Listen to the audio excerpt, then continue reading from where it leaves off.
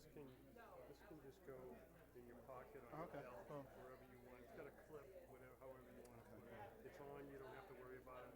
But don't put it like in my pocket. Understood. You can put it in your pocket, whatever you want to do. Okay. It is a full house. It is a full house. Right? No pressure. How are you? Good to see you. Good to Thank you finally so see much. you. Welcome to I Harvard. thought you weren't going to be here. You said you weren't going to be here. I am here. Oh my God, you are here. Yay! You smell good. You're gonna do great. Wow. That's right. Smell a good. Smell a black man. All right. I just want to roll around in that. Thank you Go for ahead everything. now. Thank you for the With the- support. Seriously.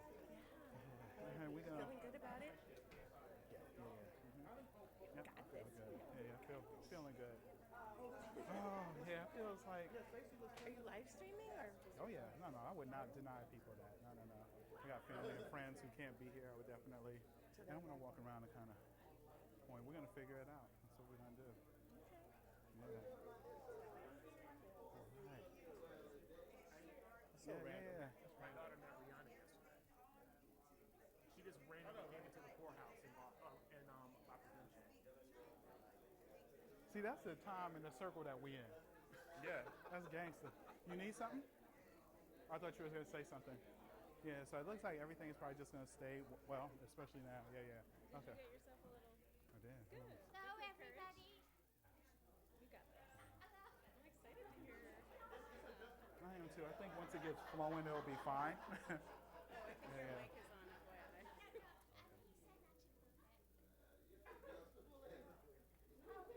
Welcome to today's colloquium. Professor Gates sends his regrets. He is actually meeting with Robert Smith, the billionaire who it's called. What is it called?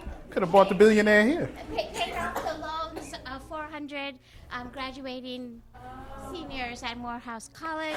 He's speaking to him about philanthropy and the black community, but he is Professor Gates is also very sad to not be here. And now I will just hand the podium over to Professor Morgan.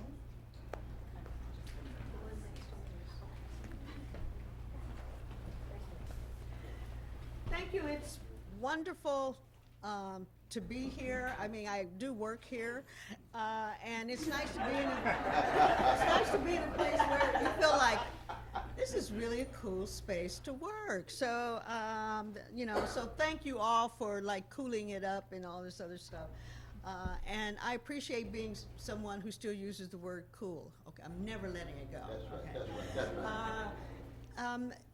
I just want to say a few words before I introduce John Jennings, who will then introduce the speaker for this afternoon, Stacey Robinson. The idea of the dream, the idea of dreaming for freedom, the idea of we can make it, it can happen, is something that is the foundation of the African American experience in the U.S. We actually believe things. And sometimes it's through speculation. Sometimes it's because we know that, if you hear any noise, it's just me and the boys, okay? We know that it was all a dream means something to so many people. We know that if I ruled the world means something. And what is really, I think, beautiful is to see these ideas and these passions and what is so much at the heart of African American culture, to see it in such great hands. And throughout the country and throughout universities and throughout garages and rooms and folks sitting in front of screens, we have so many people imagining what that looks like in a way that's inclusive, in a way that keeps us on our toes, because the idea is about how we represent creates our future. And our words and our language and our music and our art creates our future. All of those things do that. And so I've learned that doing the Hip Hop Archive. I've learned that in order for it to be an archive that actually supports, reflects the hip hop culture, there has to be room for all these dreams. and all these possibilities, and there has to be the science behind it, and the work, the hard work behind it, and the love behind it. So when I say it's a great pleasure to do this, I obviously am someone who imagined a future. Now, the future that we're seeing is really much more colorful and imaginative than ones that I used to come up with. But in the end, it's all about freedom and a voice and a place. And so my introduction of John Jennings is really a celebration of what I consider to be a major movement that's been happening in the sciences and the arts for a long, long time. John Jennings is, so I'm going to do first the regular read, and so that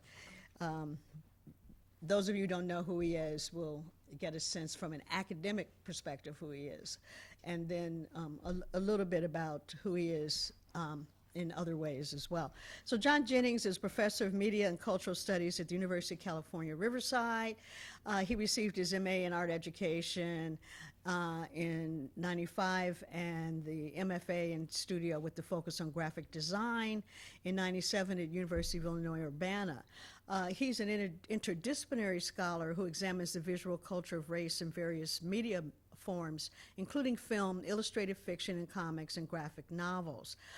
He's also a curator, graphic editor, and design theorist whose research interests include the visual culture of hip-hop, Afrofuturism and politics, visual literacy, horror, and the ethno-Gothic and speculative design and its application to visual rhetoric. So I'm one of those people that don't do horror. I do freedom, okay? And at the end of every imaginary moment, we're victorious, you know, so, you know, what can I say? He's co-editor of the Eisner Award-winning collection, The Ink, Constructions of Black Identity in Comics and Sequential Arts, and co-founder, organizer of the Schomburg Center's Black Comic Book Festival in Harlem. He's co-founder and organizer of the MLK NorCal's Black Comics Arts Festival in San Francisco, and also SoulCon, the Brown and Black Comics Expo at the Ohio State University. His projects have also included the graphic novel adaptation of Octavia Butler's Kindred with Damien Duffy, Tony Medina's police brutality-themed ghost story I Am Alfonso Jones with Stacey Robinson, and his hoodoo noir graphic novella Blue Hand Mojo. Was also 2 years ago a Nasir Jones hip-hop fellow here at the Hutchins Institute. And during that time, his project was a mind-blowing experience for all of us, those of you who remember there, because we didn't know what was going to happen. We didn't know what he was going to do. He kept talking about trap, and at that time, trap was really big, and for those of you who don't know, it has to do with, let me just say it's a southern form of hip-hop, but if you think about something called a trap, coming out of the South, you have to go, oh, it's going to be bad, okay? So the name of it was Remixing the Trap, Race, Space, in the Speculative South. And what he did, and just to give you a short description of what he did, I'll read from here. He blew our minds as he shared his creation and design of the Black Southern hip-hop influenced cyber trap. With this collaborative narrative world and its narrative parameters, its characters, and producing stories that take place within this space. The goal is to develop an exhibition in our book that explores the underpinnings of a new science fiction performative subgenre and its usefulness as a method of analysis and celebration of the Black South. Is sometimes contentious place in the psyche of the collective unconscious of the American mind.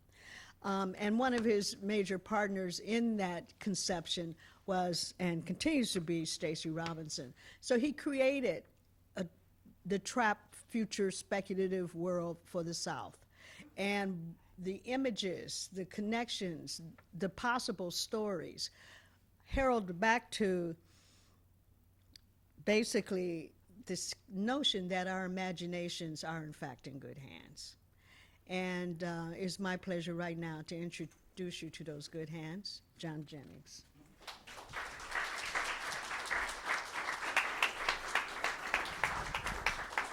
Thank you. Thank you. I love the humility that Marcy has. I work here.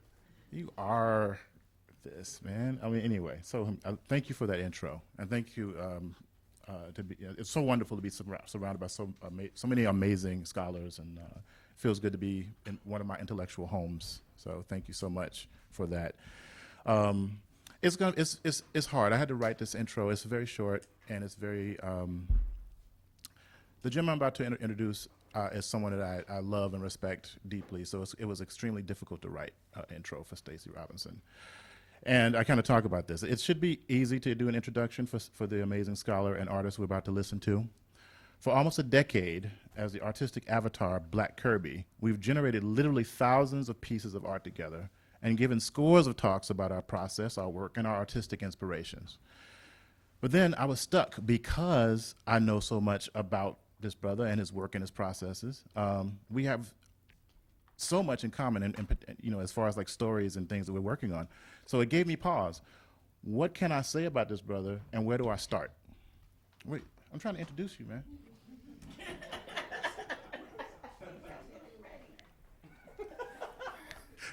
Anyway, sorry. I'm just messing with you. Sometimes when you're stuck on a piece of writing, you just go back to the key terms that you are dealing with. You go back to the definition, the DNA of the idea.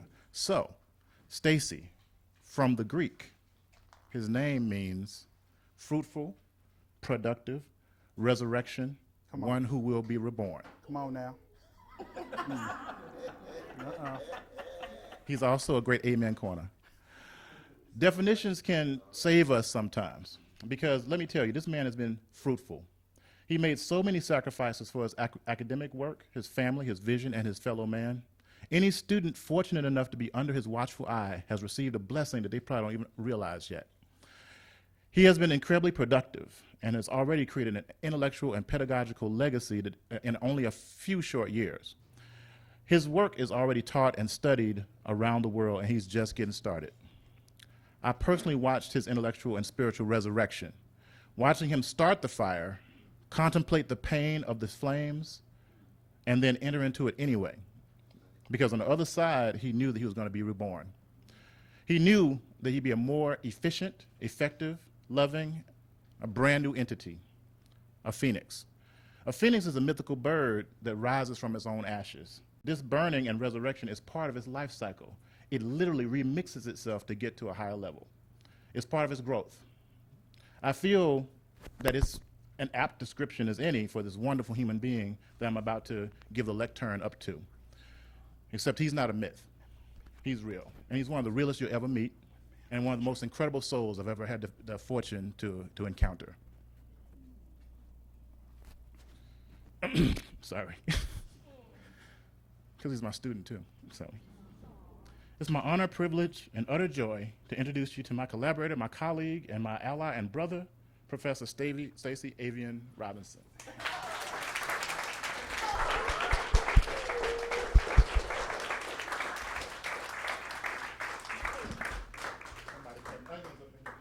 Right. Okay. Nope. Oh, yeah. Whew.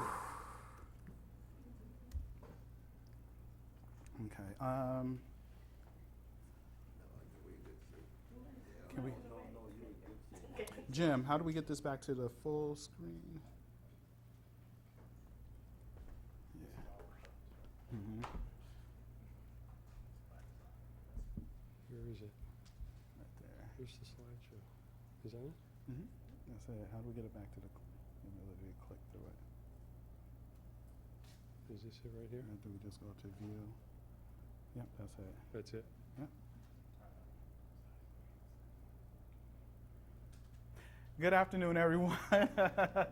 Few technical difficulties, but yeah, perfect. All right, cool. We are rolling. All right. All right. Wow. I needed that because I did not need to be crying up here. Imagine your best friend and your collaborator, right, introduces you, and that's the first time he's ever introduced me. Yeah, so this, oh, brother, thank you so much. So really quickly, we're going to jump right into this because I want to make sure I stay on time and save time for Q&A. So building Black utopias through looking at hip hop as a Black speculative technology, right? I always like to start here. There's a book that you want to read, but it hasn't been written yet. Come on, you know. You must be the one to write it. Right? That's what we're dealing with. So some of the things that I think about, I'm going to set up the premise of my work, how I think about it, drop a few definitions, the way that I think about it, not necessarily the exact definitions, but the way that I think about these definitions, right? So one of the things I like to think about is how racism and white supremacy have unfairly chosen the black artist practice. Not necessarily our medium or the way that we make work, but we are limited, I argue, in what we make because Black people were not brought here to be artists, right? So anytime that we create artwork, it's in protest. Now, we can argue that, we could debate that, we could think about that. I could be totally wrong with that. I'm totally fine with that. My work is really about jump-starting a conversation. It's not about me being right? So some of the things I'm going to talk about, Utopia. The way that I think about Utopia is not necessarily a perfect space of peace where everything is flawless. I actually think of it very opposite. I think of it as a place where Black people go to begin the conversations around defining our Blackness outside of colonialism. Does that make sense? All right, cool. Sankofa is a Ghanaian term that means to go back and get it. As we're venturing into our Afrofuture, we need to purposely go back and get our history that's been erased, stolen, destroyed, etc. And then Afrofuturism. The way I think about Afrofuturism is futures where Black people have agency to define our parameters. Sankofotopia is a term that I'm playing around with, which looks at ideas of Pan-Africanism across the diaspora, Afrocentrism, and combining that with ideas of Black speculative culture and thought. So in this presentation, I'm going to be looking at hip hop and visualizing and how I think about visualizing spaces of resistance as an art practice. I'm doing this through collage. So you'll notice if any of you are familiar with the work of Romare Bearden, for example, you will notice the influence of Romare Bearden in my work. It is intentional, right? I shout out my ancestral past and those who are with me now. For example, you'll see the influence of John Jennings in my work. I make no apologies about that. Right? It's important for me to shout out the past and the present as we are venturing into creating our own liberated Black Afrofutures. Amen? We get that? Okay. See, I just started preaching up here. All right. So let me be very clear about how I think about Utopia. I think that I'm going to walk around a little bit too. Excuse me. The way that I think about Utopia, I think that there's a few examples that I'm going to show that give you an idea how I'm beginning to think about this, right? This is an art practice that is really still in its infancy. So I think Wakanda is a perfect example of how I'm beginning to think about this. Wakanda is not a perfect space, but it's a very Black liberated space, I would argue. I look at the ancestral plane. How many of you saw the Black Panther movie? Because I'm referencing the Black Panther movie right now. Right, the ancestral plane is a contentious space, right? Remember when T'Challa got up in his father's face? About his uncle, right? It's like, yo, you left me to be king, I wasn't ready, and then you leave me with this? I'm not gonna drop any cuss words, mama. I'm working on it. The Sam Jackson come out real quick, real quick. But I'm also looking at the complexities of a young king in love with a woman who is not ready to be married, right? Who has her own mission as she's freeing other Wakandans, right? One of my favorite scenes is where T'Challa shows up, like it's one of the first scenes in the movie, and he interrupts her mission, right? And she's like, and Nakia's like, yo, what are you doing? I had this under control. And he doesn't even address that. He was like, I need you. My father died. Not gonna drop it, but I dropped some tears in the movie. Not like no punk. I was like thug with it though. I cried. Right? But there are so many complexities. So I even look at Nakia's laboratory as a utopian space, right? Where she's building technology based on science and mysticism etc. Right? So what does our world look like? Remixed by hip hop, thinking about sampling and remixing. What kind of worlds can we build outside of the influence of colonialism? This is what I'm looking at. But I'm also looking at, how many of you have seen the show Superstition on Sci-Fi Channel? Only one season, not a lot of people really watched it. I followed this, I really loved it. Mario Van Peebles and his family. I'm not going to tell you too much about it because I really want you to watch it. You can find it online. It's a really, really interesting show about a multi-generational black family who defends the world against demons who are trying to break into our world. Yeah, like that. But it also deals with black families and reconciliation in a very interesting way. You have contentious relationships, romantic relationships, father-daughter relationships, father-son relationships, and their resolution. I like to say, there's this expression I like to use, Wakanda starts at home. It does. It really does. It really does. And think about the complexity of that. That might sound comical, but think about that, right? I'm also looking at, how many of you are watching Black Lightning? How many of you are really paying attention to the complexity of the family relationships?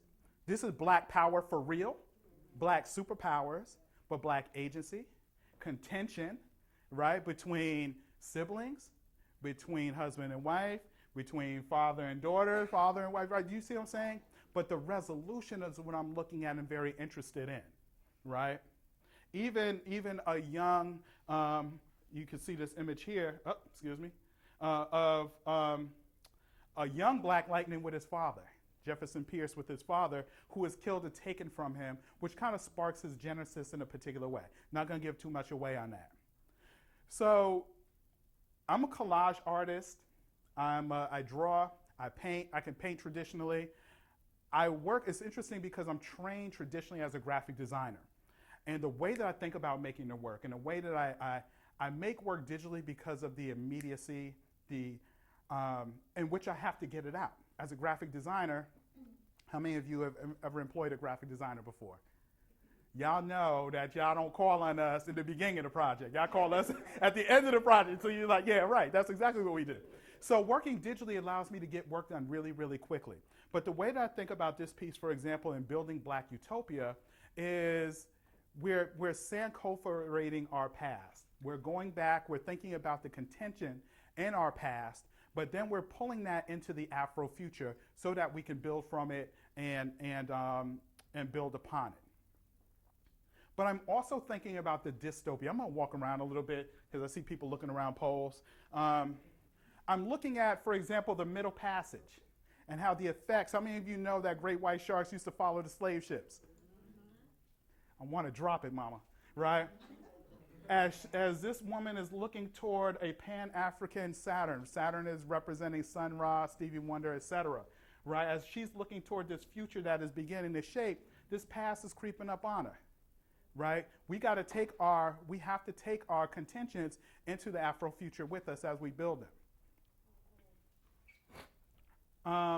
Bunch happened in these pieces. I'm going to talk about one piece at a time. So how many of you know the history between Dr. King, all right, and Nichelle Nichols, who played Lieutenant Uhura on Star Trek? She quit out. How many of you don't know that story? Okay, yeah, let me drop that. So really quickly, you can find this on YouTube as well. She quit after the first season. Gave Gene Roddenberry resignation letter. Hey, thank you, I appreciate it, and I'm out. After some back and forth, she decides to think about it for over the weekend. She goes to a party that night, and someone comes up to her and says, excuse me, Ms. Nichols, your #1 fan is here to see you. Wait for it. She's like, oh, I would love to go meet my #1 fan. Bring her over, and it's the Reverend Dr. Martin Luther King who turns around. Yeah, see, mama? Right? Imagine that, right? So imagine, say, oh my goodness, Dr. King, oh my God, thank you so much. You're my #1 fan, that's awesome. And then he says, you know, my horrible Dr. King impression, you know, Coretta and I, we only let our children stay up late on Wednesday night because you're on television. She's like, well, thank you so much. I appreciate that. I just quit. Imagine Dr. King tells you, you cannot quit your job. Do you know what's happening in the civil rights movement? you are influencing the civil rights movement in a very particular way because you're the first black woman in space. Now, if you followed the first generation of Star Trek, you know she was on for all 6 seasons and in the following movies. That's the influence, right? Popular culture affecting the civil rights movement and politics and vice versa. This is what I'm thinking about. I'm also looking at, John and I make a lot of projects. I'm going to go back and forth between our collaborations. Some of it's going to be collaborations, some of it's going to be my work. So it's going to be, it's like Timberlake and Missy. We so tight that you get a styles tangled, right? You're going to see, we're going to go back and forth between what's collaborative and what's not. So this bow hop, with this bow hop project, I'm looking at graphic design through the Bauhaus movement, but also looking at its limitations and what it does not speak to, right? This is a project that John and I are working on. We're traditionally trained graphic designers, but we're critical makers, and we're looking at critical race design studies as this way of examining how we think about work, how we think about graphic design, and how graphic design is not really meeting the needs of us. So these are just some images that are thinking about graphic design and hip hop as design as well, because you have 4 elements, which it's very modular, but together they make a 5th element, which I consider to be knowledge. There are people who say that another element is a 5th element. I like to say it's knowledge. There's a biannual conference called Planet Deep South that looks at Black speculative culture through Southern-based imaginings. And these are images that I'm looking at, thinking about what a Pan-African Confederate flag looks like, Afrofuturist Confederate flag, or the idea of the minstrel as an alien who's come to our planet as a means of survival that gives us a technology.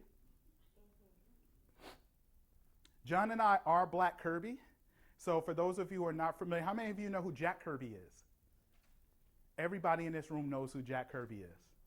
How many of you have seen the Avengers movie? Incredible Hulk, Iron Man, Captain America, right? We all know Jack Kirby's work. Jack Kirby was the artist who, along with Stan Lee, created a lot of the Marvel Universe. As the Avengers movies are coming out, his name is being erased. John and I are having a discussion about this around 2010, 11 or so, and we're like, well, damn, 2012, because the Avengers movie is coming out in 2012. We're like, damn, they're treating this second-generation Jewish immigrant, Jack Kirby, like he's black, or to call him Black Kirby. And we start laughing, and it's like, oh, wait a minute, it's kind of genius. So so in our 8th year as a collaborative duo, Black Kirby, we're looking at remixing imagery inspired by Jack Kirby, using Jack Kirby's aesthetic to think about popular culture and comics, but also what popular culture and comics is not necessarily talking about, which is our Black contributions to world culture. Right? So for example, of the type of work that we make, this Mo Blackness piece, how many of you know who the Galactus character is? Galactus is a Fantastic Four villain who eats planets. He's not a villain. He's not a bad guy at all, actually. He just eats planets because he's hungry. That's what he does to survive. Well, he's a giant white man who does this. This is a particular commentary. She's like, oh. But imagine if this is a giant black man that comes to eat your planet. Yeah. Is he thugging? Is he gangster? What if that giant god that comes, he's a deity, actually, that's what he'd be considered, and eating the planet would be considered a recompense. But what if that black guy has gold teeth, quotes hip hop, and uses hip hop as verse in scripture, right? It becomes a different type of narrative. And then we imagine the unkillable buck as the Incredible Hulk, a white man, actually, a white doctor who changes when he gets aroused, etc., into a giant unkillable black man, right? Which is the Hulk in a particular way. How many of you remember the Avengers movie toward the end where David Banner, he's walking toward the monster, right? Remember Iron Man says, I'm bringing a party to you? And he's walking toward the creature as in his human form. He says, you want to know what makes me angry? Because they've been trying to make him Hulk out the whole movie. And he says, I'm always angry. And immediately he turns around and hulks out. How many of you remember that scene? She's like, yes. When I saw that, I cussed. I was like, that's the black experience. We angry all the time. I'm angry right now. Seriously.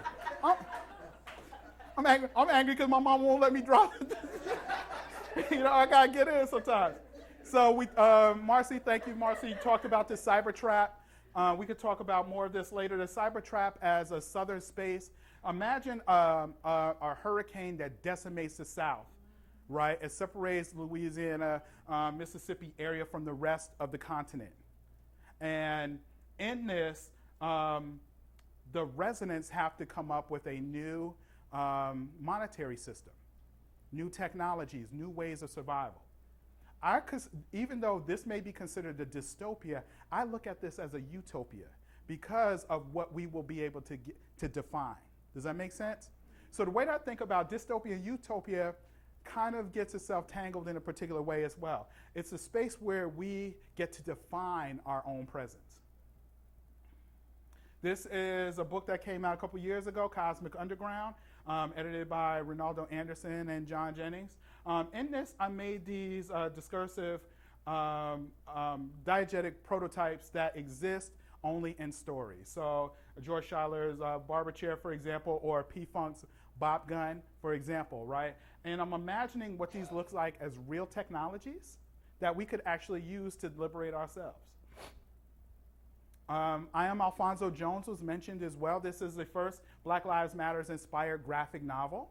And it's a magical realism story written by Tony Medina, illustrated by John Jennings and myself. Shouts out to our other collaborator, Damien Duffy, who did the lettering and text design.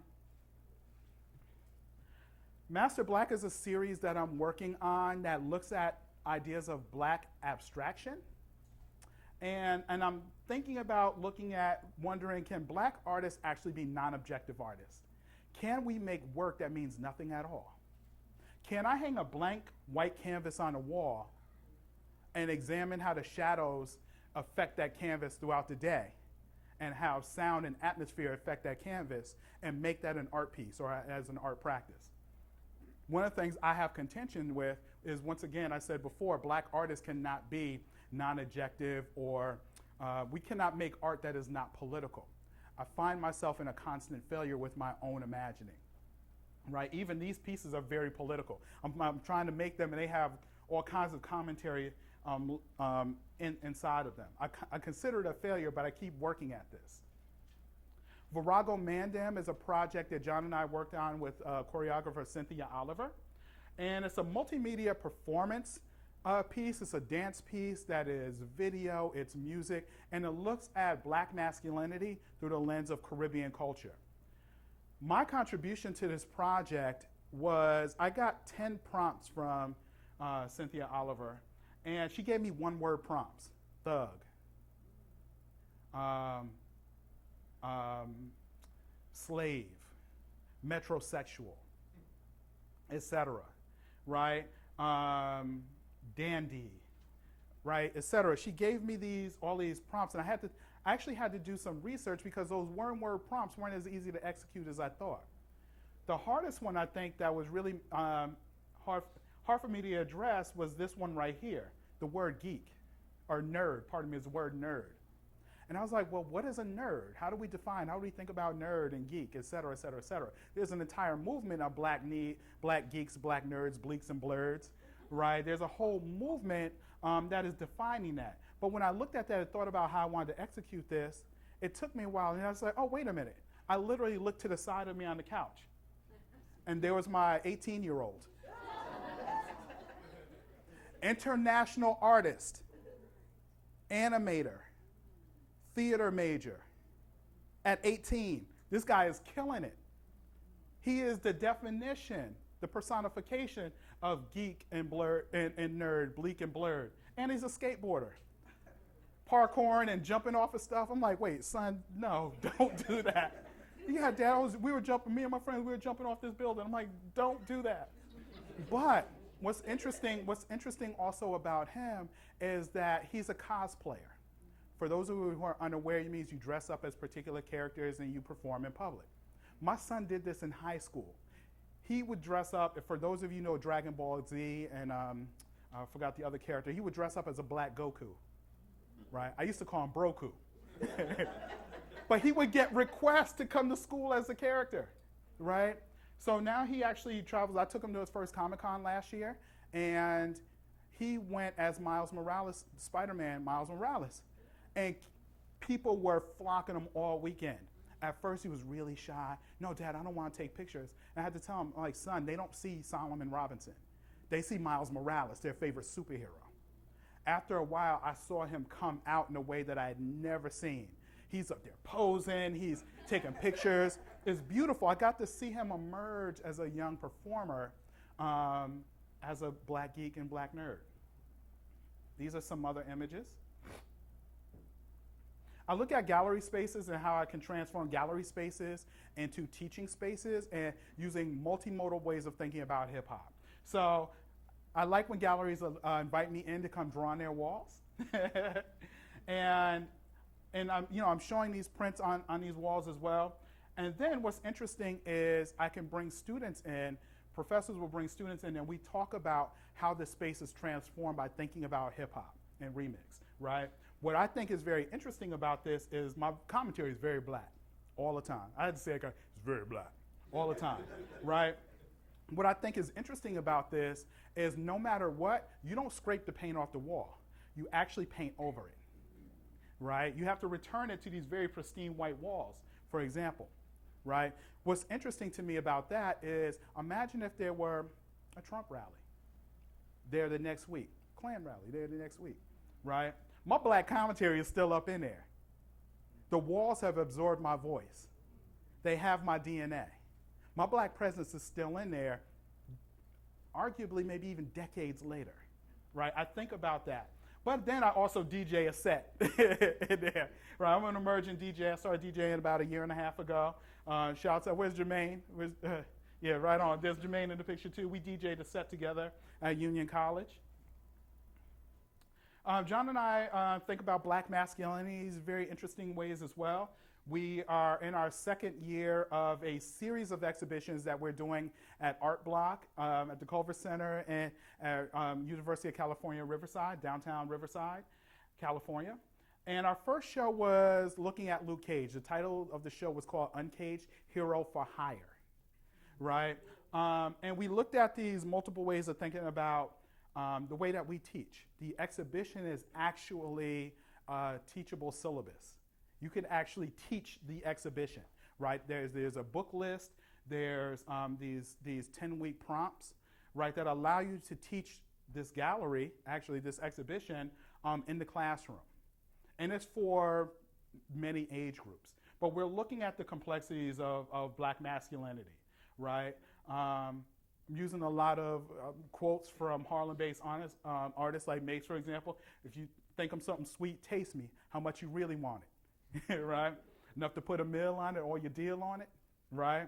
I'm looking at Luke Cage because he's actually created as a prison experiment, right? So then I'm looking at germ warfare and thinking about that in reference to the black body. But I'm also looking at this very sensual, shiny body, naked Luke Cage as well, right? And the ideas of coffee. Coffee is a metaphor if you've not seen. Yeah, Jermaine, you know what the coffee is? Or Robin's like, Joe, I know what the coffee is. So I'm looking at the complexity we are both looking at the complexity of black masculinity in these ways. Even a very simple abstraction, right, cartoon of a very powerful, one of the strongest and most invulnerable characters in the Marvel universe. So test time right now. How many of you have seen Luke Cage, the Netflix series? What is Luke Cage's power?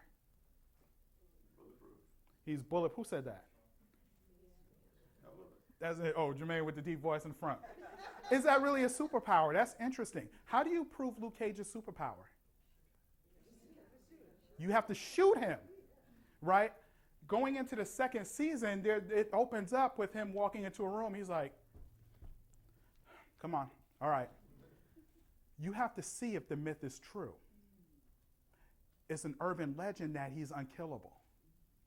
What other urban myths about black men? You have to see if the myth is true. Ha! Me, Ray, stop it. Right? So I'm looking at this, even this Q-Tip lyric off the Renaissance album where he says, I'm the Luke Cage of the loose leaf page, right, as a text and design project. Or this very Romare Beard-inspired abstraction, right, that looks at black joy, while we have to maintain black joy with our hands up. It gets deep real quick, y'all. Our second show that's up right now is called Reflection Eternal, and it looks at Candyman. How many of you know the 1992? Yeah, Candyman, yeah, right? So we're looking at black masculinity again, but these through horror, right? And how many of you know these references right here? Some woo, come on now. Sweet sticky thing, right? So Daniel Robitaille is an artist, a black male artist who is hired to paint his muse. He's hired to paint a very prestigious person in the community, white person in the community, his daughter. And he falls in love with his muse. And because of that, Brittany, you see that? Yeah, because of that, he's killed. But his hand is chopped off as well. He's a painter, right? So it's this additional punishment. But it also looks at and thinks about body parts. Many times where black men, women were hung, right, they would cut off body parts. I want to know what they do with them penises. John and I write stories and think about that. I have a whole story thinking about what they're doing with black penises. That's for real. It might sound comical, but it's not really comical, right? I'm also looking at spaces that exist through lyrics, right? Exist in a black imagination, but through remix. So you have the Star Wars Death Star, which I remixed to think about the most Death Star, right? In the rings of this black planet, this Saturn planet, is a record that spins on beat, right? I have a whole narrative where actually the beat is dropped by Grand Wizard Theodore, right? Who invented the needle drop, right? But I'm also looking at MF Doom and the remix of this rapper. How many of you know who MF Doom is? He was a rapper who came out in the early 90s under the name Zev Love X, right? With a group called KMD. Their album was shelved by the company, supposedly got leaked. He went underground and reemerged as a new artist called MF Doom. MF stands for a number of different things. Mama, exactly what it stands for, which I'm not going to say. Metal face, metal fingers, other things as well, right? But he remixed his origin using Marvel Comics records, right? So imagine he's using these Marvel Comics records and sampling them to tell his origin about what happened to him in the music industry and how he's coming out to take revenge on the music industry. He's a performance artist as well. He will send imposters to his show dressed as himself, as an entire commentary about how people go to shows to see the artist and how good the artists look, but they don't care about the artist's commentary. What's more important, my lyrics or how I look? Ma, can I drop one on them, right?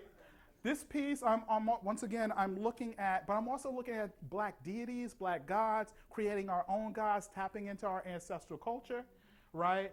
And then what are those gods? What do they look like through our own imagining? So for example, I'll talk about this piece. And my pieces are propaganda posters. I think that it's very important for my art to be simply understood. One of my inspirations, Emory Douglas, has a manifesto that talks about what black art should do. And in that, one of the things he says is black art should be so easy to interpret that a child can understand it.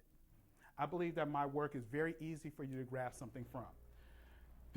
So this piece is called Decolonizing the Black Imagination. It's really simple. It's a black fist running out of a black woman's mind, right? But then I'm also making this piece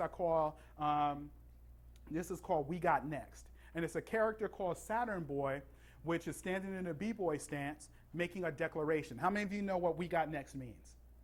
It's a term shouted out on the basketball court. Show up with your crew, you shout out We Got Next to the two teams that are playing on the court at the current time. Whoever wins, your crew is going to play them. Here's how important this declaration is. If you don't shout that out in time and another crew shows up, they say We Got Next, the code of the streets is they beat you to it. It's almost like calling shotgun when you want to sit in the front seat, right? I remember doing that as a teenager. Some people were calling shotgun in the house. I'm like, come on, there's a code to this. You got to wait till you get outside at least. But this Saturn B-boy is shouting out a declaration that I honestly don't have memorized. He's talking about we got next in defining our education. We got next in defining our image. We got next in defining how we're, where we live at, right, et cetera. There's an entire declaration I wrote about what we have next as black people in defining. More images of these black deities. I remember my best friend and I would discuss what do black angels look like. Like we would be reading the Bible and looking at these images and like, we don't see ourselves in there. If I'm not in there, what does that mean? So as an artist, I would make images of black gods, angels, deities, whatever. I don't consider it blasphemous. But there's all inspired by hip hop, right? So this piece, what is this piece called? I forgot what that piece is called. I forgot what that piece is called. But it's a messenger. It's an angel. It's a messenger. It's a hip hop angel, right? This piece is called The Harbinger. I'm looking at black utopian spaces. These are works in progress. These are things I'm figuring out, thinking about. These are not even near done. But I'm looking at spaces like Dr. King's mountaintop in the Promised Land. Right? He said, I've been to the mountaintop and I've seen the Promised Land. I may not get there with you, but I've seen it. This is right before he passed. But he leaves that with us. He's seen it. If he's seen it, we're going to take him into the future, but we're also going to take his imagination into the future. Right? So what does that mountaintop look like? What does Prince's erotic city look like? What does Tupac's Thug's Mansion or I Wonder If Heaven Got a Ghetto look like? Right? Even looking at this idea of Black Death as our escape. Right, and I want to get to the point where we don't have to look at the sweet by and by to see our promised land. I'm also looking at other utopias like Outcast Stankonia, right? Earth, Wind and Fire's The 12th of Never, Stevie Wonder's As, where he's talking about black love and how long it will last until 8 times 8 times 8 is what? 4. To when dolphins fly and parrots live at sea. Y'all, woo, right? But I'm also looking at some of these darker, we tap into the light a lot and thinking about utopia, but I want to tap into our dark. I want to know what those, why do we consider non-Christian, non-white belief systems dark, pagan, negative, et cetera, et cetera, et cetera. So I illustrated this piece for a science fiction writer, Linda Addison, and it's a spell for the Black speculative arts movement. It's a spell that I illustrated. John and I make a lot of, like I said, we make a lot of work. This is our first comic together. It's called Kid Code and the Everlasting Cosmic Mixtape.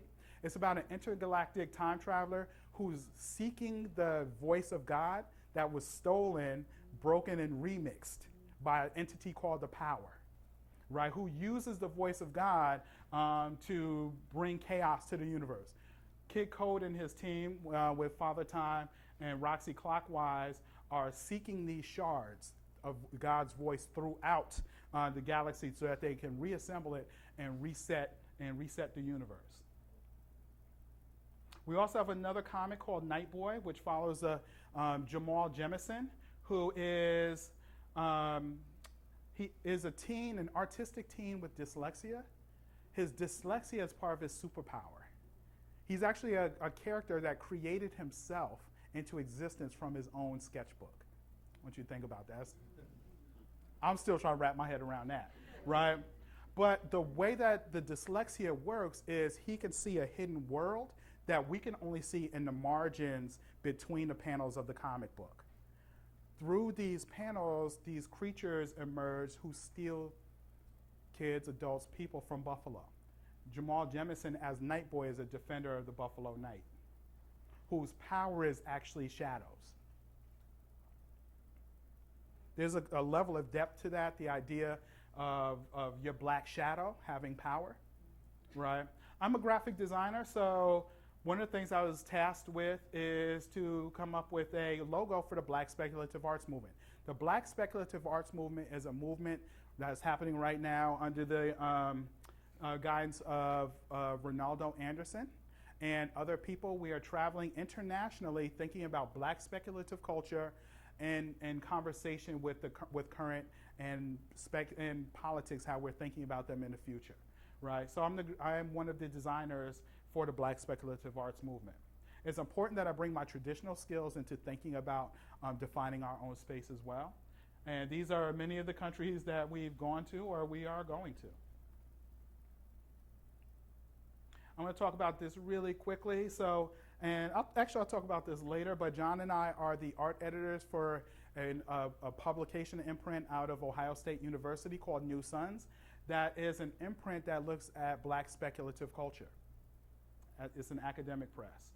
So these are some of the images that we've created together. The Ancient Futures logo, Planet Deep South, which I already talked about.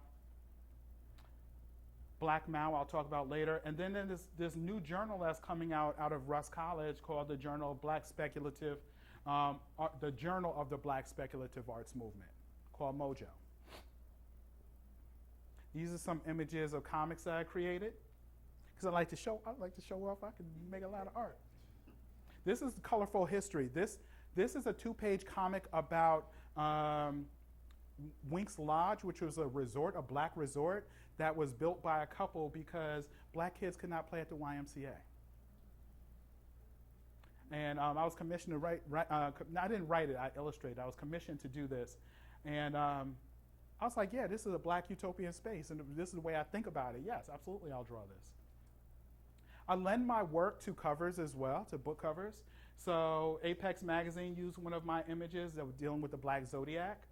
Obsidian Journal used a few of my pieces actually for the front and back cover. And supposedly this is the highest selling of all their journals, which has been in, I want to say, 40-something years this publication has been around. I'm not sure, I could totally have that wrong. But I lended a piece also to a curriculum and pedagogy journal as well.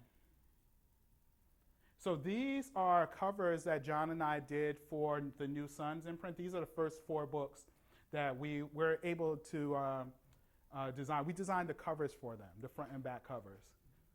Man, these look great together. I could look at these all day. I'm very proud that we are chosen to kind of define the artistic look of a movement. Collaboration is very important to me. This year I was able to brand a really good friend of mine, Ruth Nicole Brown, who her Black Girl Genius Week. And she travels around the country bringing hip hop and culture and ways of thinking about this to Black girls. And I was like, you sure you want me to do this? She was like, oh yes, I definitely want to work with you. I was like, I could get you like some women artists. She was like, no, I want to work with you. I was very honored to be able to add my voice to this. And obviously I had to make sure she liked it. Black Mao is a collaboration between DJ and visual artist Kamal Grantham. What's interesting about this is we've lived in a lot of the same places at the same time. We both lived in Albany, New York at the same time, and I was like, we probably met each other back in the day. But he also lived in Buffalo and New York City, as I did, and we both live in Champaign, Urbana right now. He's my DJ mentor, one of 3 DJ mentors. But he's also a collage artist, and we were playing with this project that looks at our overlaps and thinking about Afrofuturism, Afrocentrism, and music through collage. So he starts the project, and I add to it and converse with it.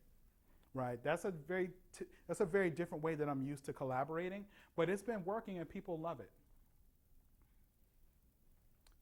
These are pieces that I illustrated for the Black and Brown Futures Conference that took place 2 years ago at, oh my goodness, University of Texas at San Antonio. This was a commission by Kenitra Brooks, who was a fellow last year. These are other pieces that I've used. So this piece right here took place, this was a piece for a conference in Oakland. So I looked at the Black Panther Party in conversation with the Black Panther, Marvel's Black, and Netflix, Marvel Comics and Marvel Studios' Black Panther. which the Black Panther character is created only a few months after the Black Panther Party. It's so close that the history is actually kind of reversed sometimes. These are some future projects I'm working on. I'm going to close out talking about some future projects that am I doing this for fun? Kind of as I'm doing this for fun. I started drawing on the iPad Pro. And I'm looking at I'm a DJ, right? So I'm going to start owning that. And I'm looking at creating vinyl and slip mats that go into records. Those slip mats go into the records so you don't scratch up your record on the turntable, right? But I want to make these Afrofuturist pieces that look at a black couple as a son, or this cluster of black star babies, or this black moon, right, of black men, right? And thinking about this and looking at what do I want to say, how I want to think about this, but also how my art will spin in the cipher. Whew, yeah. So after this talk, I'll be able to get back to some work, right? Another project that I'm looking at is something I'm calling Rhyme Capsule. It's looking at these two worlds. Nothing really genius there, one upper world, one lower world.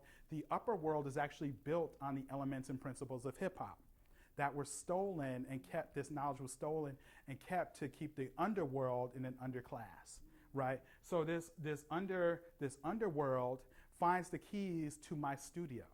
Why is it my studio? Because inside my studio literally is how I theorize hip hop. It's my books, it's my DJ equipment, it's my artwork. It's the collaborative space that I bring people in to have the weightier conversations that we can't necessarily have in public spaces, right? So I imagine my studio survives the apocalypse. And these kids find my keys in the capsule that was dropped from the upper world. And as they find the keys, they have to venture into the layers of my studio. Now, my studio is not multiple levels. I wish it was not that grand. But as they're going throughout my studio, they're unearthing the elements of hip hop. And they're learning the history of hip hop that they can actually use to reimagine their world. This is a book project. I'm telling this publicly, it's all going to be unpublished, but this made publicly. But this is a book that I plan to pitch to my agent. I'm also looking at black astronauts. Q-Tip pissed me off. The last Tribe Called Quest album. I hadn't heard the album as soon as it came out, but people kept texting me and quoting the same thing. There ain't no space program for black people. Nigga, you stuck here. I was hot. Mama, I promise you I dropped a few that day. I was hot. And I was like, why do people keep sending me this? I thought they were dissing my work, right? Then I listened to the album and I understood the commentary. And I was like, wow.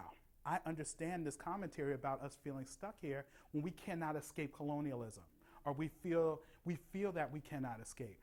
So I started looking at black astronauts. I was like, let me look up black astronauts, right? Let me also think about this traveling to space and the ideas and the contentions of traveling to space while there's political protest that's happening right here on Earth. There's some contention that I could imagine there, right? So I started making these design pieces, these abstractions. These are not done either. But I started looking at Mae Jemison, right, who was interesting, as first black woman astronaut, but also who became an actress on the Star Trek Next Generation series, who was inspired by Nichols. She became an astronaut because of Star Trek. I'm also looking at Jeanette Epps. So one of the things I'm really proud of, as I'm researching Jeanette Epps, she's an astronaut now. I'm looking at, as she's thinking, going into space, what's happening at this current time, Trump era, politics, et cetera, as she's going into space. I presented this with an astronaut one time. I presented this in front of an astronaut. Can't remember my man's name. I hope he doesn't see this, right? As I showed this slide, he took a picture of it and he texted it to Jeanette Epps. And he came up to me afterward. He said, hey, I want to let you know that slide you showed, Jeanette Epps, yeah, she's a really good friend of mine. I just want to let you know she loves your work. I'm like, what? Astronauts is checking out my Afrofuturist? For real? Okay, yo, woo, right? I got amped, right? Woo, wee. but there ain't no space program for black people. What do we do with that? That's where my art begins to look at. So Mark Derry coined this term in 1993, Afrofuturism, and he's looking at these aesthetics, this movement that is happening around this popular culture, and black people creating ourselves into these other things beyond blackness. And he says, for lack of a better term, we'll call it Afrofuturism. I actually love the term. I have issues with the definition, but I love the term, right? The term really looks at the aesthetics, but not really the why behind the aesthetics, right? Why are we black aliens, black robots? Why are we trying to escape this planet and go to other places where white people don't exist? Why is that happening? Why are we constantly making this narrative, right? My work looks at that. So for that lack of a better term, that's where my work takes off. I'm also looking at this project we're calling Make Hip Hop Great Again. That looks at the notions of peace, love, unity, and having fun, right? And these ideas of youth culture as well. Thinking about, when do black kids get to be kids?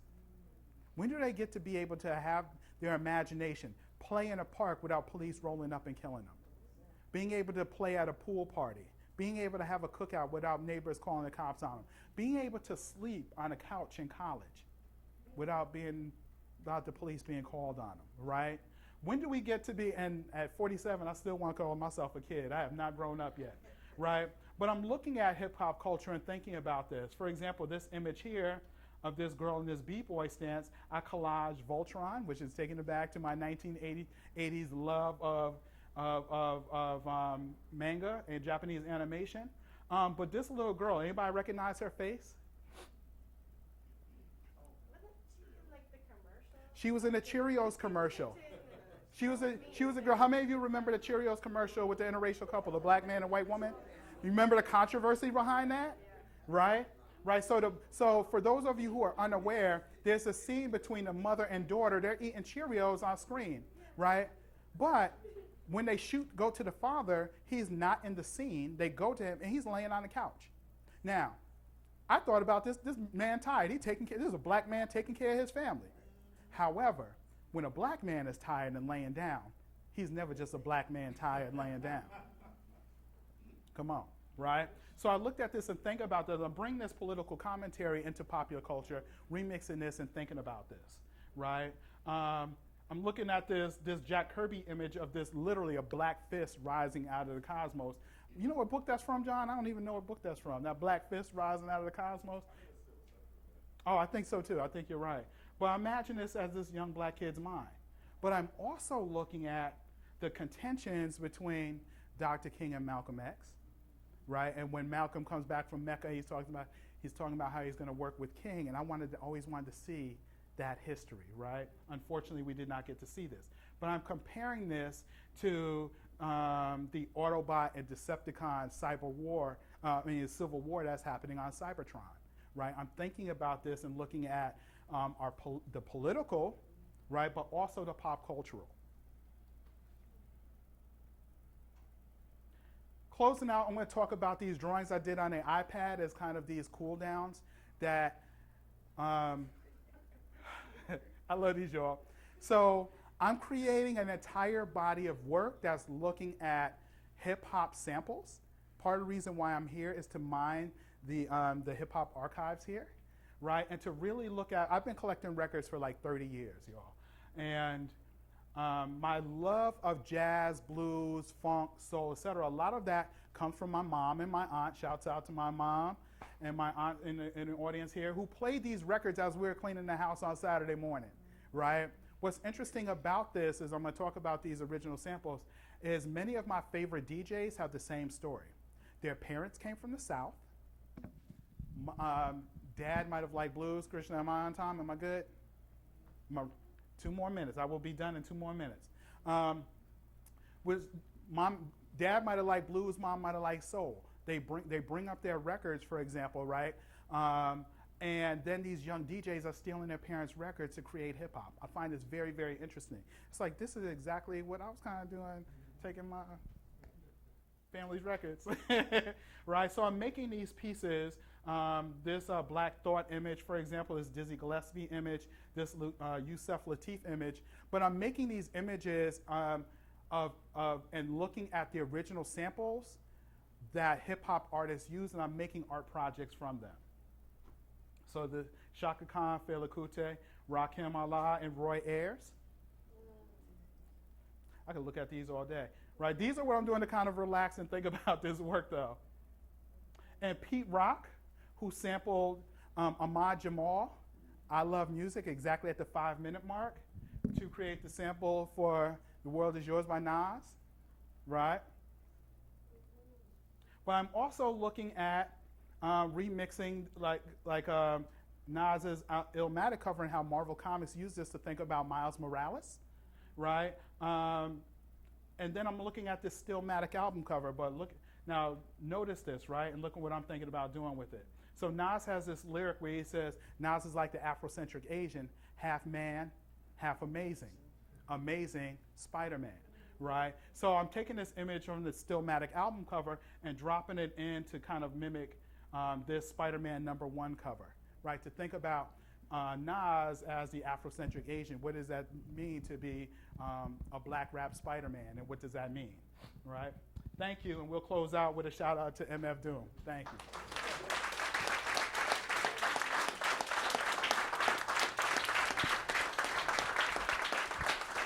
Thank you, y'all. Thank you, thank you, thank you, thank you. Thank you. Thank you, y'all.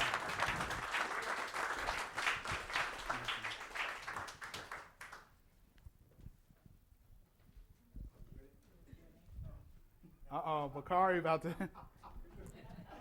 Shouts out to Bakari Kitwana. He is the other Nas fellow with me this year. Offices next to each other. Yes, we talk through the wall. We do. Those walls are very closed. The walls are mad thin. I'm zipping up my zipper to leave the office. He's like, Bakari, you about to leave? Yeah. Where you going? I heard you zip up your pants, brother. Where you going? This is fascinating to me. I think you did an excellent job, first and foremost. But what I want to ask you is, I see the hip hop connections very strongly. Yeah. I wonder how much how much are you emphasizing the hip hop as you're moving into this Afrofuturism space for people who aren't as hip hop? Yeah. Because my concern is that the hip hop is being lost. It ain't lost on you because it's you. So it's coming out of everything that you do. And John, it comes out of you guys. And that was one of the first things I noticed about John. He was so hip hop. Right. But like intrinsically. But I'm just kind of curious about that. Yeah, so thank you for that question. So I'm always thinking about hip hop as I'm building this. It's also my nostalgia of hip hop. So it's not necessarily the entire culture of hip hop and every single rapper, every single breakdancer, or et cetera. It's really connected to my nostalgia of it. One of my goals here is to actually spend time theorizing my work. My theory is in my head. The books that I'm referencing, they're in my head, but there's so much I haven't read and there's so much I haven't written. But I'm at a point in my career now where actually people are really citing my work. They're hiring me to make projects, et cetera. And I'm like, I need to write this stuff down before somebody misquotes me and says, oh, this is a Eurocentric take on the such and such. I'm like, no, that ain't what my work is about. Right? And I got to get high pitch on them. So this is what I'll be working on this year because I understand. I know exactly what you mean. It's not lost on me. It's not lost to people who necessarily know the culture, but everybody didn't raise their hand when I was asking these questions. This is why I have to write this stuff down. Yeah, who's next? Yeah, what's up, my man? So the thing that you said earlier, like you said this way earlier about this question about can black artists make work that's not... You're going to challenge me on that, right? No, I'm going to ask you about it. Yeah. Because like you asked that question, yeah. You have an answer. Because it was like, this is the thing that's happened to... Basquiat was asked once, like, what's it like being a black artist? And he said, have you ever asked a white artist that? Exactly. And so like, or when you're dealing with students, right. Students, like you deal with the idea of students are making work. Yep. Are we seeing like this can't be just a shoe? It's got to be a representation of slavery. Absolutely. And there's this whole idea about like if you make something in America and you're black, does that mean that? So the politic is connected to that, right? This is why I call that. So you remember when I said that earlier, and I said I'm constantly in failure of that. I don't know how to make work that is non-objective, that is not political. Because when I do that, the work, I don't like the work, but also because it doesn't mean anything to me, I'm not connected to it. There's something about an artist being connected to the work. I consider that a failure. I don't think that black artists can actually make work that is not connected to a politic, right? However, I would love to be wrong in that, because I think that racism and white supremacy have unfairly chosen the black artist practice, you know? But I would love to be proven wrong. We could debate that, please. I don't have to be right. I want to have a conversation about this. Yes, who had the mic? Dr. West, yes, sir. Oh, I just want to salute you, my dear brother. Oh, I want to salute you. And your mother, too. Where is your mother? Where is she? Let's give it up for his mother. Yeah. Oh, yes, you can see. Yeah. Oh, you got a whole lot to be proud of, my dear sister. No, absolutely. But two quick points and then a question, because I think you're absolutely right about protest. But remember, now protest comes from the Latin protestare, which is taking a stand. It's not over against. That's not the first move. See, when you love your mama and somebody's treating her unfairly, you take a stand. That's protest. Yes, sir. But the love is prior. Yes, sir. But it's the white normative gaze that tries to convince us that we just over against rather than standing for something. Right. That's very important. Yes, sir. And it's at work in exactly what Brother John and you all doing at such a high level. Really, it's just magnificent. But I was thinking about Sun Ra. I was thinking about Coltrane's Interstellar Space and the mothership of Clinton and so forth. Sir. But my question is a very direct one, which is, in some sense for both of y'all, what do you all actually see when you see black liberation? I'm going to be honest, I struggle with that. I mean, we're all struggling with it. We're struggling struggle with together that. on this. Yeah, but what do we really see concretely? Yeah. What kind of economic system? What kind of politics? How do we relate to one another? Yes. What is the relation to our grandmamas and granddads? How do we Absolutely. relate to our kids? Absolutely. You know what I mean? Yeah. So thank you so much. You're getting into a lot of the next stages of my work that will look at defining the laws, what laws govern the Afrofuture, right? I'm thinking about those same things because these cannot just simply be images, right? They have to transcend that to look at, okay, how do we build and govern a space, right? And these are some of the things I want to look at while I'm here. It's not something I'm versed in, but it is something that is on my mind. And now that I have 10 months away from teaching, I actually can spend more time in the library, spend more time across campuses and other places to have these conversations with people who are more versed in the ideas of government, for example. I'm thinking about that a lot, right? Especially at 47, and I know I'm leaving this world to my children and potentially my grandchildren, right? How am I using my art to actually push this conversation, but to actually build an Afrofuture? Because the topic is called Building the Afrofuture. I start with the decolonized black imagination, but after we start to imagine the potential of this, now we got to think about, okay, so how do we govern this space? How do we actually think about the physical building of this space? I am thinking about that. I don't have the answers, I'll be honest with you. And shouts out to my mom and my aunt. Yeah, absolutely, you're sitting here. And my great-grandmother, who raised me for the first 7 years of my life. Right, this work comes from black women, y'all. Yeah, seriously. Yeah, I saw it. Hey, man, how you doing? Tim Fielder, what's going on, my man? My homie, So I wanted to ask about the cool down images. Yeah. Right, because those are the things you've been sending as of late. One of the things that I'm struck by is how detailed they are, which is why your notion of it being cool down is absurd. But right.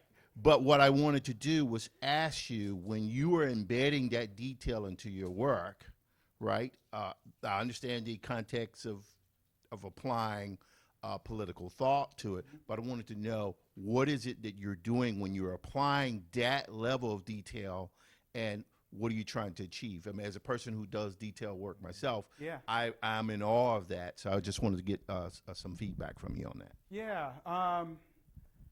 that's a good question, because the work comes out of me, and it's like I imagine I have to get it out as an artist. For those of you who are artists in the room, you might understand you have to get this work out of you.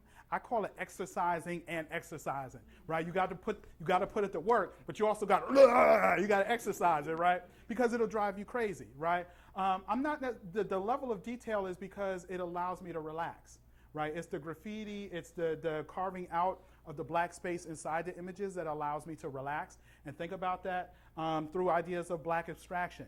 I don't necessarily have an answer beyond that, necessarily. It just feels right, so I do it.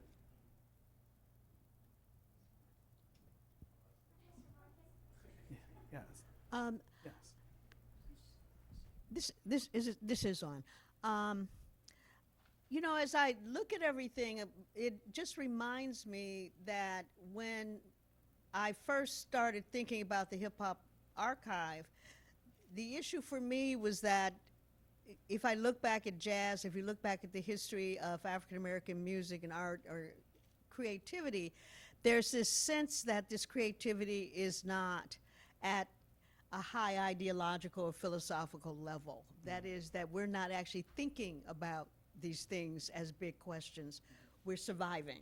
Right. And so much in African American culture is the combination. It's not as though we aren't surviving, but the whole idea is to use creativity to really draw or formulate a reality Absolutely. that really works. So my question for you is, how do you approach that combination of the story behind the drawing and sort of what's the progression that you use for that? Because so many kids really relate to it, and intuitively they seem to really get what's going on. And you're a product of, you know, history, politics, years, parents who really made sure you understood what the world is like and could be. And so how does that end up as How does it end up as work? this? Yeah. You're asking big questions. You know, it's interesting because I don't know how not to make the work about that or to access the work through that. When I'm reading and thinking about it, when someone's telling me a story, I see the art through panels. Like I actually see when people are telling me something that they're reading, I see it drawn out. So I don't, I've always been like that. I don't know, I have to create the work that looks at that though and thinks about that in this particular way. Most people would not, but I will say what I find very interesting is I actually pull on my past, right? So there are things that the artists who came before me did. For example, John Jennings pioneered the field that I'm in. Imagine my best friend pioneered this. And before I met him, I thought I was gonna have to learn how to do this myself. The analogy I use is that John walked through the jungle, cutting down all the vines, kicking the snakes out the way, right, and stepping on the scorpions. I actually get to walk through the jungle and smell those flowers that are probably poisonous, or look at these trees, right, et cetera, et cetera, et cetera. I get to enjoy the jungle while I pioneer a particular path for the next generation. Do you see what I'm saying? So I pull on that. I have no problem shouting out the people that came before me. Like, I did not get here by myself.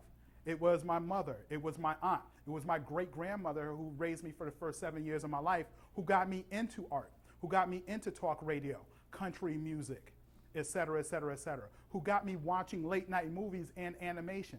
When I was a child, I studied animation frame by frame, right? I'm a kid, and I was absorbing all this information. At 47, you're seeing what happened in the first 7 years of my life. Shouts out to the black women who raised me, y'all, seriously. I mean, my mother always say she could never put me on punishment by sending me to my room, because that's where I always wanted to go anyway, right? Because this stuff was in me. This stuff was in me as a young person, right? Thank you. I spend a lot of time on punishment, too. Like, oh, wait. But I hope that answers your question, but it's a lot more complex than that. Maybe I should be writing more about that, you know, in this next 9 months. Oh, I'll be shorter with the answers then too. That was amazing. Oh, But I'm thank you, biased, brother. but that was amazing. Thank you. my man. Yeah, really quickly, Brother West, you brought up a really excellent point. I think a lot of the answers, there's no like pat answers, of course. There's a series of answers. As Richard Buchanan states, we are not in just one problem, it's a series of what he calls wicked problems. Yeah. Because once you take a problem out, another one replaces. It's like a hydra, you know. So it's going to take a lot of us working on those wicked problems way past our natural lifespan. And I think now that I'm a father, 3 months and some change in, the Afrofuture means a very different thing to me right now, So I'm trying to basically. His name is Jackson Kirby, y'all. Yeah. Yeah. I know. My godson, y'all. Yeah. So that's one thing. So the narratives that I'm trying to create, the work that I'm trying to create, hopefully that young brother will be able to take it into the Afrofuture as well, because we're not going to solve it in our lifetime. I don't think so. Right. I don't think so either. Yeah. Yeah, but that's cool though. That's so just make me try to We've seen it. Right. Right. Yeah. The other thing, really quickly, I want to state is that I think the reason that those particular images get so complex is because yes, there's a generative, contemplative relaxation to it, but also these black images, just like Kehinde Wiley's work kind of focuses on, these black images are worthy of the attention and of the care, of the focus, And the other thing too is that he's always finding these images because the image is already there. It's almost like fish swimming in a stream. You just want to grab the right one. That's how we work. They're already there, so you're trying to find it. You're trying to carve it out, and and that takes time. It took him a long time to learn how to draw that. So I appreciate that. That's all I want to say. Yeah, it's interesting. I'm going to shout out my friend Tim Fielder. Who said we deserve epic stories, right? And we were talking about the level of detail in the work that we make, and he said we deserve epic stories. Well, I found that fascinating, right? I also wanted to shout out Bettina Love. She has a book called We Want to Do More Than Survive, right? You talked about that earlier, about this notion of just surviving. I want that, right? I want to see the next generation take this work and remix it, right? And how are they going to actually think about hip hop and building the future as well? Absolutely. Who is next? Anybody? Fox, what's up, my man? Yeah. Not too much. Very, very inspired. And so thanks, first of all, just for also mentioning John's son, which gives us an opportunity to give our thanks and shout out to his son. Also to his wife, who has the kind of spirit that you guys can come together and go with a name like Jackson Kirby. Right. That pays attention to your ancestors. Right. Our artistic ancestors. So you want to name him what now? No, I think it's beautiful. And so I want to just start off with a comment, and that's a segue to a question.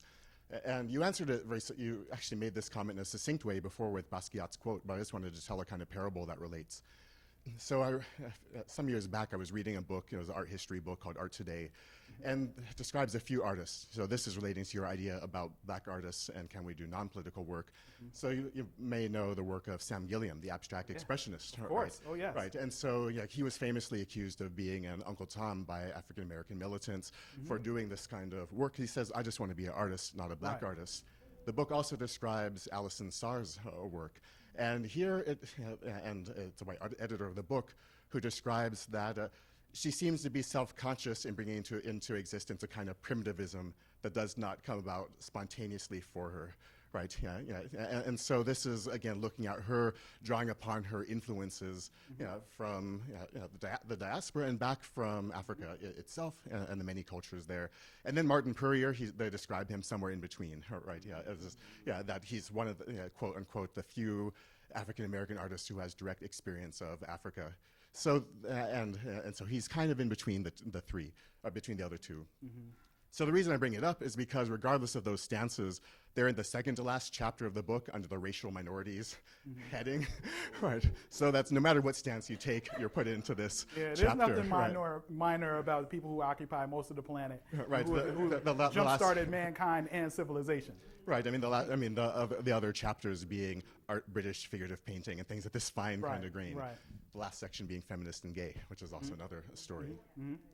Right, so I just mention this because I see you as, and John is doing something which is a kind of remedy to the situation, which is you're creating the kind of spaces, besides Utopia, Heterotopia, the kind of alternate spaces in which you can actually define your own chapters, your own structure. That's what you said at the beginning. So I'd love to hear a little bit more about how you're creating these kind of spaces that you can live in this kind of dialogue, whether it's on the day-to-day, week-to-week basis, where you're actually rewriting the order of this kind of book, and then you're creating the kind of space in which a Sam Gilliam or an Alison Sarr can do the kind of work that they want to do. Absolutely. Yeah, I would love to talk about that briefly. Yeah, so one of the things, as an emerging DJ, as somebody who is so in love with hip-hop, and really looking at the elements as an epistemology, as a foundation, right? And building a future society. And I have to do a lot of writing about this, you all, in the next several months. One of the things I do is I transform gallery spaces. So I'm an exhibition artist. I exhibit in galleries what would be considered fine art, even though the work I make is digital, right? So I'm challenging that in a particular way.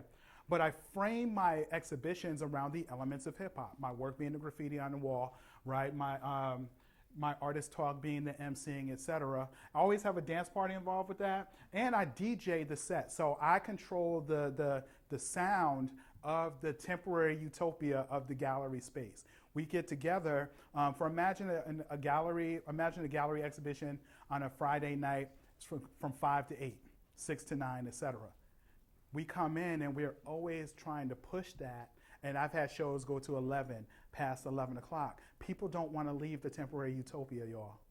That's framed by hip hop. This is what I do inside the gallery space, right, as a particular type of practice. Now, the other thing I do is I invite the marginalized community that never gets invited to any art show. They don't come, they don't access the work. It's not about them. They say this, I don't come because the work ain't about me. I invite them to the gallery space specifically to converse with the gallery patrons that paid for my show, that are paying me, right, that sponsored the exhibition. These two audiences would never converse at any other time except for inside this temporary utopia from 6 to 8 that we push to 11. The other thing I do, which is very critical, is I invite the activist community who can help facilitate the conversation that the work that the hip hop is talking about between these two audiences that wouldn't necessarily know how to converse with each other. This takes a lot of planning, y'all. So during a week-long, many times a week-long residency that I'm doing at the gallery, what I also do is I set up with the curator a workshop with children, workshops with the community when I can, that brings the community out to do things like resume building, college applications, portfolio development, et cetera, et cetera, et cetera. Because when I leave, I want the community to be left with something very tangible from a Black speculative inspiration that they can use to transform their tangible world. Does that make sense? Yeah, okay, good. All right, does that address, yeah? So this is something that I'm doing as a practice, y'all, and it's very difficult. I know I said that was gonna be brief, but yeah, it's hard, y'all. One last question? Okay, yes. Hey, how you doing? Vijay Iyer from the music department. Thank you. I also want to salute you for this incredible abundance of magnificent work. It's just so stunning to see any piece of it, let alone all of it. It's really remarkable, and I'm really moved by it. And I also want to salute Fox Harrell, who I haven't seen in eons, an old friend from See, this West is a temporary utopia here, so, y'all. It's the Professor last at question MIT. inside the temporary utopia. And I just want to ask you to maybe kind of continue on what you were just talking about as your experience as a DJ, which is about sound. Everything you've presented to us has been, I want to say shockingly visual and very abundantly detailed and rich. And also you quoted a lot of lyrics and literature and poetry and characters and text. And I feel like when I look at this, I see you listening. Yes. So I wonder if, and that to me is like the source of all that detail. And I just wonder if you could put words to that experience, both as a DJ and as a... I can absolutely do that. I have a Coltrane piece that I was commissioned to do for Birchfield Penny Museum in Buffalo, New York. I'm not a Coltrane scholar by any means, but when I made that piece, I could not make this piece, just like I made a Fela piece that I'm still working on. I listen to the artist while I'm making this work because I have to put their spirit into the work, right? I don't know if you see that necessarily or not, but when I talk about it, if I showed this Coltrane piece, you would be able to see it, right? The way that I make work, because there's a DNA, a sound and auditory DNA that is in each piece. I can remember what I was listening to when I made each piece. I remember pieces that I made, I was listening to Jay Dilla's Donut album, right, on repeat, right? Or I was listening to Madlib's Beat Conductor Volume 1, right? I remember particular, and there's a DNA in the work that I like to think inspires how I'm making the work, because that's where it comes from. What's interesting about this is that some of the next stages of my performance practice, because this really is a performance, multimodal performance practice, really trying to unite these elements of hip hop in the way I think about it, I have to get into the sound more. This is another thing that I'm looking to get into a little bit more here. Yes, I'm mining the hip hop archives here on campus, but I'm also looking to understand how, and this is going to be years of research, but how sound actually affects the body. Because we know that sound affects the body, right? We know that. That's not, we don't have to debate that. But I want to know, how can I manipulate sound to create healing inside of bodies, right? As an art practice, sure, but as something that's really a lot more tangible and maybe even more applicable, we could argue, as a particular type of practice. It's a lot of work that I have ahead of me, and this is what I'm looking to, part of some of the things I'm looking to access here, even in the beginnings of having conversations that look at that too. Absolutely, but I can't talk about all of that, you all to talk, but it's there, absolutely. Mm-hmm. Thank you very much. Thank you. That was the last question for real, okay.